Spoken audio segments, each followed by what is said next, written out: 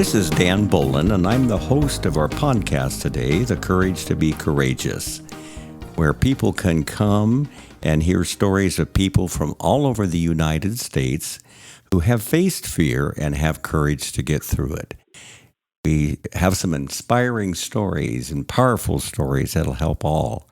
And we have a very special guest here today of a project called the Trevor Project. And I have as my guest today Vaughn Frisby, who is the Senior Philanthropy Officer for the Trevor Project. But before we start, I want to tell you how I got associated with the Trevor Project. When I was looking to find beneficiaries and organizations to support in the LGBTQ community, Trevor Project came across, and I was able to see a movie that actually received an Academy Award back in, Vaughn, when was that? Do you remember the year that it came out? Yes. I think it's been probably maybe I believe it was 10 years ago, maybe? 1998. Yeah. 1998. No, it was the 90s. Yeah. 1990. Okay, and it was just a powerful story. And the organization, which Vaughn's going to tell us about, really helps people who are young and are questioning who they are and are LGBTQ, and some of them even to the point of suicide. And they have helplines that will help them for that. So I'm going to have Vaughn tell us a little bit about himself first, and then we're going to talk about the Trevor Project and the way all of us can help them and benefit them as well, too, and how individuals can even be a volunteer for the Trevor Project. So, Vaughn, tell us a little bit about your background and when you came out as gay. Sure. Thank you so much, Dan, for having me and for supporting the Trevor Project. Just want to clarify, Trevor, the movie, came out in 1994. 1994, okay. And the Trevor Project was launched in 1998. My name is Vaughn Frisby. My pronouns are he, him, his, and I am honored to join today to chat about the Trevor Project. I also want to recognize that today is the International Day Against Homophobia, Biphobia, and Transphobia, which is observed annually to raise awareness about LGBTQ rights around the world. So thank you so much, Dan, for having me today of all days. It's my pleasure. I consider myself to be both gay and queer. I'm African American, born and raised in New Jersey, was born into a quite religious family. I was born into a Baptist family and then attended an evangelical school for 2 years, and then actually went to a Catholic high school for 4 years. So I was raised with lots of interpretation of Christianity. Currently myself, I don't consider myself religious. I came out as gay at the age of 15, right around the time when Will and Grace was on the air and other media representations of LGBTQ folks were becoming more mainstream. Nowhere where we are today, but things were just beginning to happen. And I would say that my coming out was by no means easy. My parents and family were not accepting at first, but thankfully now they are, but it's taken quite some time to get to where we are today. Mm-hmm. Being religious, my coming out was very counter to my family's beliefs at the time, but they and many folks have come a long way. I would say that me and my family missed out on quite a lot of time together, but things have gotten easier. They've met and accepted my boyfriend. We talk openly about many different things, and I will get to the Trevor Project in a moment. But I would say that I would very much wish that I had the services of the Trevor Project when I was first coming out. Right. Looking back, I would definitely have utilized them. And what brought me to Trevor? Well, I've worked in the nonprofit and philanthropy space for my entire career. A good part of that was working in and around the LGBTQ community and different organizations. So throughout my adult life, I've known about the Trevor Project through its reputation in the community. And back in March of 2020, which I think we all remember as a very dark time for many of us as COVID was beginning to take hold. A friend of mine passed along a job opportunity at the Trevor Project. However, given the uncertainty of the time, I initially passed on the opportunity. I thought it was a great position and a great organization, but I just didn't want to risk moving jobs as the world was going through a really difficult time and enough people. fast forward to June of 2020 and the racial uprisings for justice that were happening following the death of George Floyd and Breonna Taylor. I remember sitting in my room by myself and thinking about how I came out at 15 and how scared I was.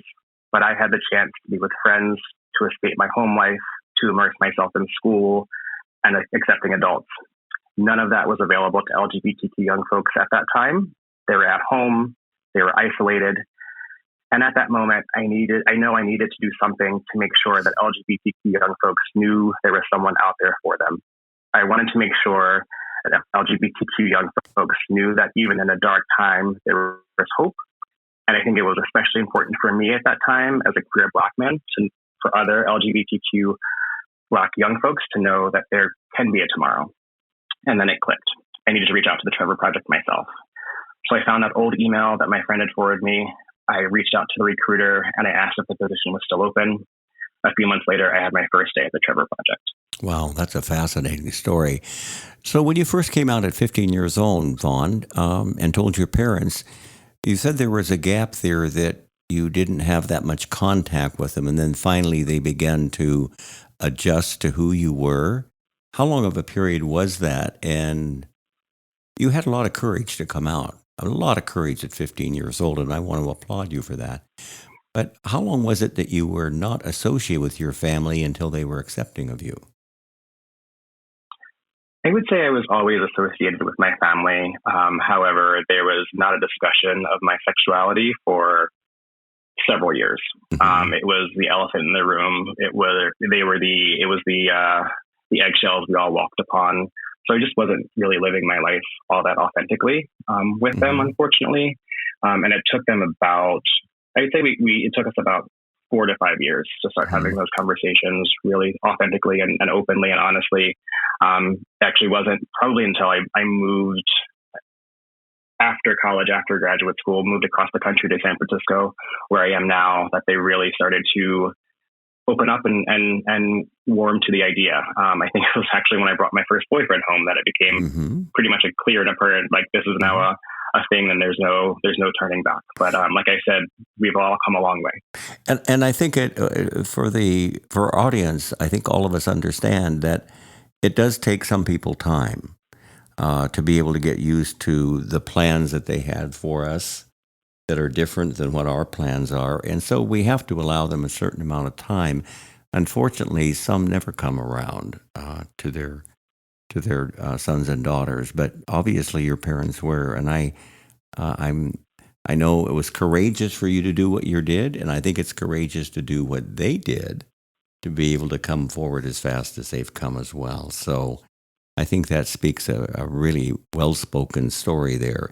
So tell me a little bit about the Trevor Project. I know it offers 24/7 support, but give me some insight and our audience some insight as to what the Trevor Project does and what their purpose is. And then we're going to talk about some of the findings or statistics that came out this year that you and I were talking about here. So Vaughn, give us some history on the Trevor Project. Sure. Thanks, Dan. Like you said, the Trevor Project provides 24/7 crisis services via phone, lifeline, text, and chat, and operates innovative research, advocacy, and public training and peer support programs. Trevor's crisis counselors are trained to answer calls, chats, and texts from LGBTQ young people who reach out on free and secure services when they're struggling with issues as coming out, their LGBTQ identity, depression, or suicidal thoughts. Right now, our crisis counselors are responding to an average of 1,800 LGBTQ young people per day, which is more than 3 times the average American high school. With our coordinated programs in crisis services and suicide prevention, we're reaffirming our commitment to supporting LGBTQ young people every year. So Trevor's philosophy is that no crisis is too small or too large.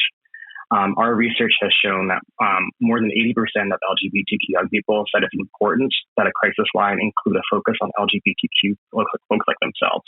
So that's why we really exist, is because we want to be there for young people in their time of need. And like I shared with you, this year marks our 25th anniversary of the Trevor Project. Like I mentioned at the top, In 1994, a short film titled Trevor was released, telling the story of a 13-year-old gay boy who grapples with bullying, family rejection, and suicidal thoughts. Like you said in the opening, the film went on to win the Academy Award for Best Live Action Short Film. Upon securing special airing of the film on HBO with an introduction from Ellen DeGeneres, the creators, including Trevor's current interim CEO and our founder, Peggy, discovered there was no real place for LGBTQ young people like Trevor who were experiencing similar struggles to call for support. From that realization, the Trevor Project was born in August 1998. With the help of generous donors and our community around us, what started as a grassroots effort is now an organization of over 500 employees and thousands of volunteers across the U.S. and Mexico. Wow, that is powerful. Yeah. I know it's gotten some international acclaim, and we're going to talk about later on how people can help. You're going to give some information on an email or some contact that people can do, or ways that they can give donation to the Trevor Project. I think that's an important part of our podcast today as well. Now, let's talk a little bit about the findings that you just came out and released. Key findings about LGBTQ people within the last. I think it just came out your fifth national survey that just came out, and I thought this was really interesting and really powerful. Share those thoughts with us and what the findings were that Trevor Project come out with. And this is sure. all LGBTQ. It's all of those, correct? You interviewed people of all those genres, right? Yes. This is our fifth national survey on LGBTQ youth mental health, and we did take a very generous sample of a cross section of young people from across those identities. And I want to start with one key point, which is LGBTQ young people are not inherently prone to suicide risk because of their sexual orientation or gender identity, but rather young people are placed at a higher risk because of how they are mistreated and stigmatized in society. So I just want to make sure that your listeners understand that again, LGBTQ young people are not inherently prone to suicide risk because of their sexual orientation or identity, but rather placed at a higher risk because of how they are mistreated and stigmatized in society. I support that 100%. I'm right on target with you on that one. Awesome. And so some of the top level findings that we found in this year's study were that nearly 2 in 3 LGBTQ young people said that hearing about potential state or local laws banning people from discussing LGBTQ people at school made their mental health a lot worse. So we can get into like some what's of the going on bills we were seeing across the country. Yep. Like what's going in Florida and Texas right now. Okay. Exactly. Additionally, 41% of LGBTQ young people seriously considered attempting suicide in the past year. And young people who are transgender, non-binary, and or people of color reported higher rates than their peers. So we're seeing folks who are, in even more marginalized communities at a higher risk than their peers, which is really unfortunate. Very unfortunate. And then 56% of LGBTQ young people who wanted mental health care the past year were not able to get it. And that could be for a variety of different reasons, but we know one of the reasons Trevor wants to be there every day for LGBTQ young folks is because of that statistic. We want to be that voice on the other end of the line when they need help. Mm-hmm. Additionally, fewer than 40% of LGBTQ young people found their home to be LGBTQ affirming. And lastly, roughly half of transgender and non-binary young people found their school to be gender affirming. And those who did find that in their school reported lower rates of attempting suicide. So as we know in our other research, the more affirming places, the more affirming adults that young people have in their lives, it really does lower their risk of attempting suicide. Which is really the whole purpose of Trevor Project. And coming up with these figures to help us to realize factually with data and information of what's going on here with our young people today. Now, the Trevor Project, focuses on young teenagers that are going through these issues. Is there an age range that they usually come to you in, or are they teenagers, younger, or are some of them in their late 20s, 30s? What's the range of calls that you get? We typically focus on folks under the age of 24. Mm-hmm. And so that's where the majority of our calls do come from. Sometimes we will get folks who are older and we will take that call as they come in, but primarily we do focus on folks under the age of 24. Mm-hmm. Okay, very good. But if somebody calls who's older, you're going to take the call. Correct. Yeah. Exactly. So we would not deny anyone. Yeah. how can we and our listeners, this Trevor Project may be new to some of our listeners. Some of our listeners, I know, listeners have heard of it. They're not necessarily aware of it. How can we, if we know somebody that may be suffering or suicidal, that's a teenager or young, what's the best way that we can get him in touch with the Trevor Project? I mean, if they just went on and Googled, mental health care for LGBT, would Trevor Project come up? How do they get in contact Trevor Project, with them? If you a simple Google search, Trevor Project would come up. The simplest way I would say right now is dialing 988, which is the National Crisis Hotline. You can be, if you identify as LGBTQ youth, you can be connected directly with the Trevor Project through that. Oh wow, I didn't know going that. on our Yes. And then going through our website, if a young person is more comfortable chatting not on a lifeline, if they want to text or chat on the web, they can do that through our crisis contacts as well. Mm-hmm. Excellent. That's good to know that as well. How about those of our listeners that would like to volunteer or help or give a contribution to the Trevor Project? Can you give us some information on how they could do that, Vaughn? Sure. I would be more than happy to speak with any of our listeners who would like to get more involved with the Trevor Project. They can definitely email me directly. My email is Vaughn, VAUGHN, .Frisby, FRISBY, @thetrevorproject.org. But before that, I really want your listeners to know one thing that I want them to walk away with is our research shows that having one accepting adult in a young person's life, an LGBTQ young person's life, can reduce their risk of suicide by 40%. So, wow. What your listeners can really do is, be an affirming, supporting adult for the LGBTQ folks in their lives, young folks in their lives, and that can go a long way in making sure that their risk of suicide is reduced. So again, more than happy to chat with anyone who'd like to take the conversation further, but I want everyone to walk away with that statistic in their mind. So what we're saying, and I just want to make sure I'm mirroring it correctly, is if you know somebody that is struggling or maybe they're dealing with a sexual identity or whatever, and maybe feeling discouraged and depressed, you personally could become that affirming adult for them personally. And being aware of that and being able to be open, let them talk, let them get comfortable and be able to support who they are and what they're telling you. I think listening and supporting them is a big key that we can be that one adult to help those young teenagers in our life. And did I get that correct? Am I on target with that? Yeah, that you're on target with that. And I also don't want your listeners to feel like they have to be an expert on LGBTQ identities just yet. They can start by listening without judgment, by practicing empathy in that listening, and seeking resources from national organizations like us at the Trevor Project or any local orgs in their local community. So it doesn't take you. We're not asking folks to have a PhD in these things right now, but just again being there as a supportive adult. Listening without judgment, practicing empathy. All of these are proven ways that young people have identified and told us that would really help them in their time of need. Well, that's powerful. Those are some good points for them to keep in mind. What if someone would like to volunteer on the crisis line? How would they go about doing that?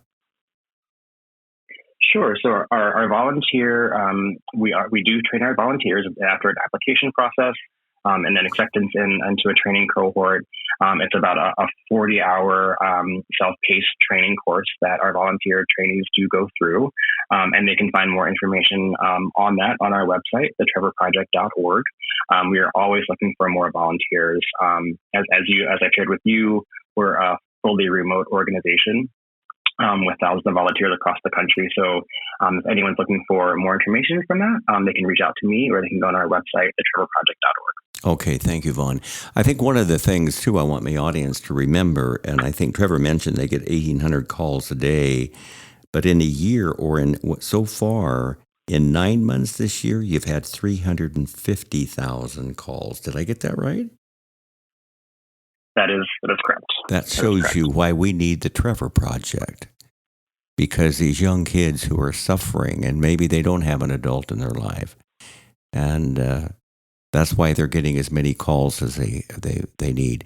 And I want to just make a personal thought on my feeling about the Trevor Project. I've had an opportunity to, of course, work with Vaughn, and I'm going, my partner John and I are going to the town hall in Tempe, Arizona, with the Trevor Project tomorrow.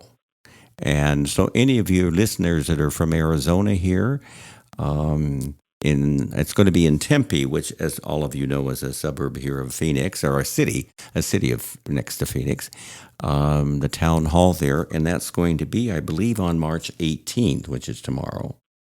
And if any individuals want to come, are they welcome, or do they have to come by an invitation? I would probably say if they would like to come to reach out to me, and I can forward their information to my colleagues who will be there. Okay. Yeah. Okay, very good. Well, we're going to certainly be there and be able to support them. Well, I want to thank Vaughn so much for giving us this information about the Trevor Project, not only the courage that he had to come out and embrace his fear and walk through it. And I think that takes courage. And let's make a comment to our young teenagers today that may be listening to this podcast. You don't have to run from your fear. When you run from fear, it gets bigger. Embracing the fear with courage. Find someone in your life that you can identify with, you can talk to, and that'll give you a courage to get through your fear. And Vaughn, thank you so much for doing this podcast for us. Thank you so much for the good work that you're doing for the Trevor Project, and thank the Trevor Project that they're doing great work for all of us. It's been such a pleasure having you on my podcast today.